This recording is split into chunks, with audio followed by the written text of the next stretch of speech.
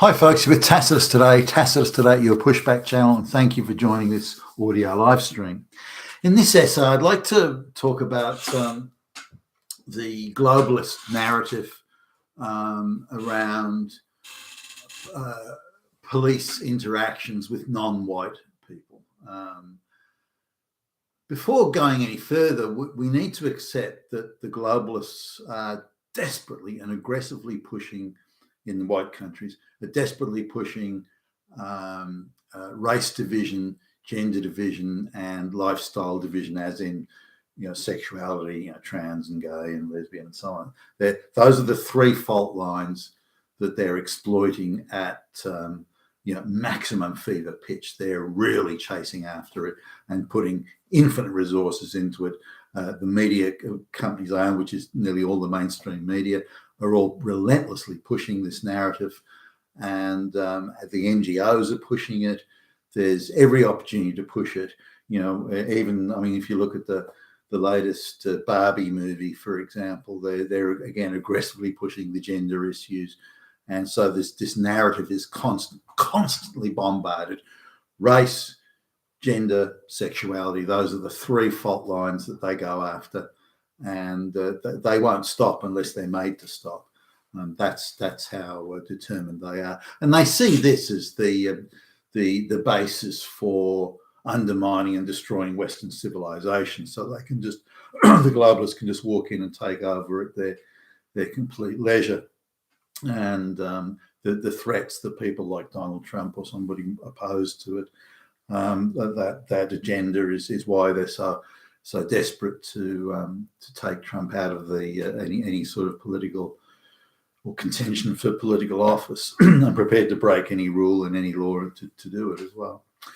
So, having in France recently, there was an incident where a brown, I think a Muslim youth, from what I understand, was driving along with some folks in a car in a high crime area, and the police tried to stop the car for a traffic violation, and instead of stopping, as any sort of sensible person would, the kid sped off and was chased. The car was stopped again, and the police said, "We'll get out of the car." Now, bear in mind, an officer is now holding a gun, because a lot of these kids go around with guns and in that part of town, so it's not unreasonable for the cops in that part of town dealing with those people to so the cop's holding a gun, pointing it, saying, "Get out of the car." And this is my understanding of the situation, at least. And so again, and he's a young man. I think he's 17 or 18 years old, the brown guy. And again, he speeds off, refuses the cop's instruction, and again tries to speed off. So the cop shoots, and I think he later died from that gunshot wound. So this has turned into a major drama with riots and people from that racial diaspora who are ever ready to take offence, by the way, and believe that they're being put upon, are rioting and burning cars and the like. So the police response really has been rather restrained, considering that level of drama and street violence. But anyway, let's come back to it. Now we can debate whether the cop should have shot. Should it have got to that stage? Would there have been other ways of dealing with it? We can talk about that, but the issue is the same. I witnessed some a couple of years ago now, where we were driving along, and the police intercepted a car. A car past us was going at I thought, high speed. It was like a 100 kilometre, sort of a 60-mile-an-hour zone, and this car sort of sailed past us, and there was a rather sort of desperate-looking couple of guys in there, and not long afterwards, a police car came hurtling by, and then clearly, as we came along the road, the car had been stopped, and police had drawn weapons, and this sort of thing. So it was all high drama. The guy was white; both the guys were white, but if the guy had sort of run off or attempted to assault police, he would have been shot. But nobody would have thought anything of it. White cop shoots white guy. Hey, who cares? But only because there's a white cop and a black guy or a brown guy is it being made into an issue. And the issue's been through social media and through the mainstream media. Now, when we look at censorship about, somebody comes up and talks about, they don't agree with mass migration or those sorts of things, the Western governments are howling at social media platforms. Don't let these people talk about the narrative, talk against the narrative. We've got a narrative we're pushing on people. Don't you dare allow them to criticize mass migration. They want swift and instant censorship of censorship of those views. Now, okay, but for some reason, for days, the internet and the messaging and everything is abuzz with anti-white sentiment, encouraging these brown and black people to come out and riot and where to go and where to get inflammable materials and a lot of whether it be tweet or I don't know about tweets but posts on social media and on various phone apps and so on, effectively organising mass riots on the street. And yet, strangely, there seems to be no requirement for social media companies to stop that. That you can go and you can riot on the street and burn what the fuck you want to burn. But if you talk against mass migration, if you misgender somebody, you have to be deplatformed and you are Hitler, you damn fucking fascist, Nazi, racist. But if you want to organise mass burning of cars and so on and riot on the street, if you're a brown person fighting the evil white establishment, hey, go for it, buddy. Even the white politicians that are in the parliament, they will actively facilitate, enable, and protect you while you organise these riots. There won't be any censorship for you. You just go right ahead. So that seems quite astonishing, but that's the reality of the world that we're living in at the moment. But I've noticed that the minimisation of the thing. So in France, the mainstream media is the guy was just he just got a parking ticket and they shot him because they're fucking Nazi, fucking fascist, racist. Just a little parking ticket. All he did was spit on the sidewalk, and then a million white cops, Nazi cops, and they shot him with a million fucking bullets, Nazis. So that's not quite the way it went down. So why would they minimize it? Why would they say, well, he didn't do anything and they shot him? He did the only reason they shot him because he was brown or black. That's the only reason they did it. And that just shows how Nazi the cops are. No, wait, stop. So there's no attempt to explain it as this, that they're attempting to fold that situation into the narrative that all white people are racist and Nazi.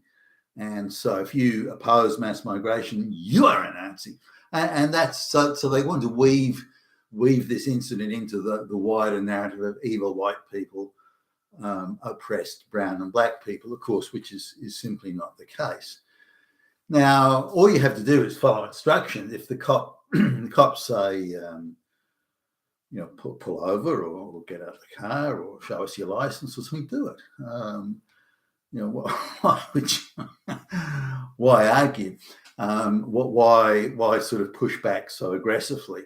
Why not just do what you're told? You can diffuse the situation quickly and easily just by doing what they say. Now, and something simple like show us your license or get out of the car, those are hardly outrageous demands. So why you'd want to not go along with that or not agree with it or not do it is quite beyond me. Now, again, you could separately say, well, the shooting, was that necessary? Was it a stolen car? Would they have got the kid sort of later on under less difficult circumstances or what? But again, you got to remember that two cops are standing there. One of them is pointing a gun at you, saying, "Get out the car," and you decide to just drive off. I mean, that's got to be a pretty dumb sort of thing. There are a lot of witnesses there, so the idea that you're in some sort of greater danger by following the instructions of the police than you would be by defying them. That goes without saying. But I've noticed it, whether it be with George Floyd or whether it be with the Trayvon Martin thing that I've got in the thumbnail there, or anything, any interaction where it's a desire by the globalists to use this as a poster child incident.